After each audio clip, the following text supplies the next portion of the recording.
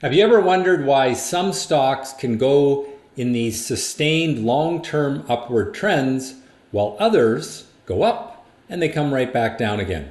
Well, this week I'm going to explain why that happens. Plus, I'll do my normal market analysis. We'll figure out if the market's likely to crash or rally in the near term. And then finally, I'll look at the day trade of the week on FFIE.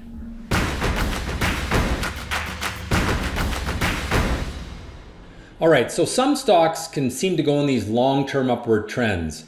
They might have little pullbacks along the way, but their upward trends are quite long-lasting. Well, what is it that causes that? Well, there's a couple of things that are important to recognize. Typically, there is an improvement in the market's perception of the business fundamentals. In other words, the business is getting better, or at least the market thinks it's getting better. But another important characteristic that I think is often overlooked is that these stocks that make these long-term sustained upward trends are being accumulated by institutional investors. So mutual funds, hedge funds, large investors, these entities that tend to buy and hold for a much longer time period rather than have a trader mentality. So that tends to be companies that are more real, that attract that institutional investor. We often see those cheap stocks, penny stocks, or low price stocks that go up very quickly and then they come right back down again because their fundamentals, their business, does not really warrant that longer term large investor who's going to hold for many months or even years. And so it's important to recognize that these small cap and micro cap stocks, yes, they can make very good runs and I have no problem trading them. But what's important is to approach them with a trader mentality. No matter how good the story sounds, those low price stocks don't tend to attract the large investors, and therefore everyone that's in them has a trader mentality. Let's look at a couple of examples. This is a chart of GNS, which is one of those speculative stocks.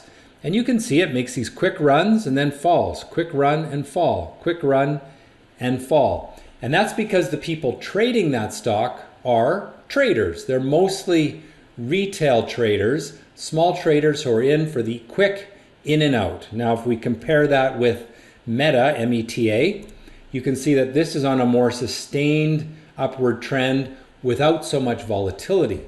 And that's because large investors have decided that the fundamentals are improving, and therefore this stock is likely to continue in that sustained upward trend as these large investors accumulate the stock. All right, let's get into this week's market analysis. Jumping over to the Stockscores website, we're going to take a look at the S&P 500 first. Here is the weekly chart, and you can see here the rising bottoms, that's a sign of optimism. Horizontal resistance, we need to break through that. Now, what's going to be the critical factor, the catalyst that warrants a break out of this pattern to the upside, or rather a break of the upward trend line? Well, I think the market's focus right now is on the US debt ceiling debate. Is the two political sides in the argument actually going to be able to agree to raise the debt ceiling? Because if not, the US starts to default on some of its debt, and that would be detrimental, of course, to the stock market and really the global economy.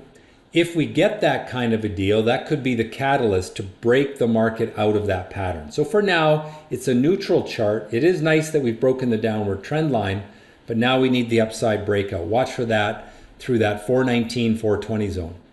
If we now go to the 1 month, 60-minute chart, you can see that the trend is more or less sideways.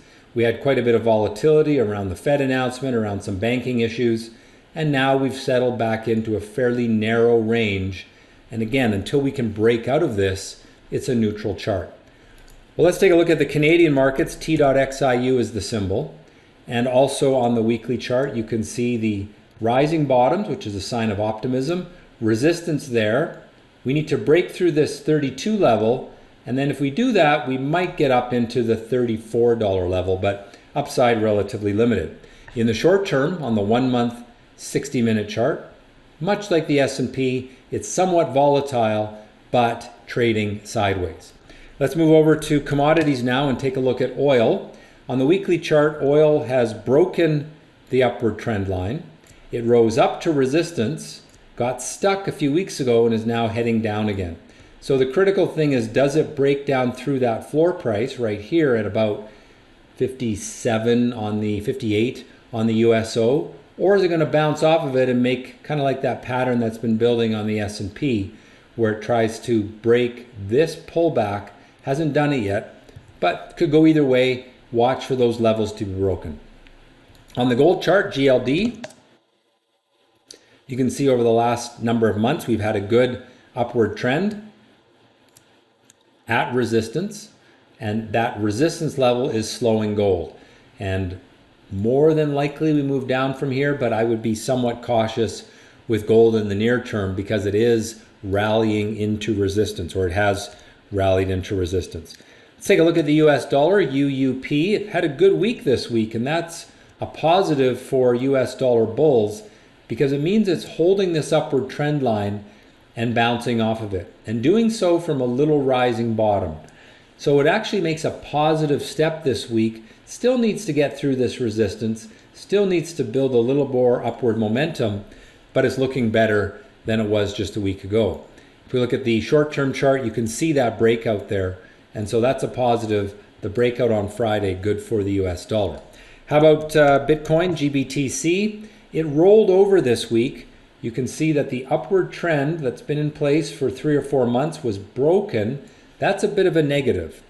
When we look at the 1-month chart, 60-minute time frame, you can see that we are now in a downward trend, and this week really had some ugly market action. So I think you want to be pretty cautious with Bitcoin. Finally, let's take a look at the chart of TBT, which is our ETF representing interest rates. This is not an interest rate chart, but it's a good proxy for them. And on the weekly chart, you can see that we're still in this pattern of declining rates. But more recently, the US bond market went up a little bit right at the end of the week. Probably part of that, the US dollar rise. It's still a relatively neutral chart in the short term and slightly negative to neutral in the longer term. So my ratings then, US stocks and Canadian stocks, neutral on both time frames. The same for gold, bearish, short-term and long-term bearish, oil, short-term and long-term bearish. US dollar, neutral long-term, bullish short-term. We did get that little breakout on Friday. Bitcoin, long-term neutral, short-term bearish. And on interest rates, neutral on both time frames. All right, let's take a look now at the day trade of the week. This is an example of some of the stocks that we trade in the active live service on Stockscores.com. You can learn more about that by going to Stockscores.com. And let's take a look at this one. Market action on Friday was pretty quiet, but this stock is a stock that's been in play for a little while. So it's an alpha stock moving on its own story. Had a little pop in the first part of the day on Friday. That's what I noticed. And then it drifts, which is what I love. And then it gets a second confirming signal, the action candle, breaking the pullback, and it went for a little bit of a move. Now this is a real penny stock. It's not a stock to believe the story on, but it was a good day trade until it broke the upward trend line from a falling top. That was a cue that it was likely to go lower, and it did, finishing the day a little off of those highs. Well, I hope that you've enjoyed this week's Market Minutes. If so, click on the like button. Make sure you subscribe to the channel. It helps the channel grow, and the more it grows, the more videos I'll make. So click on that subscribe button. I appreciate it. Most importantly, trade well.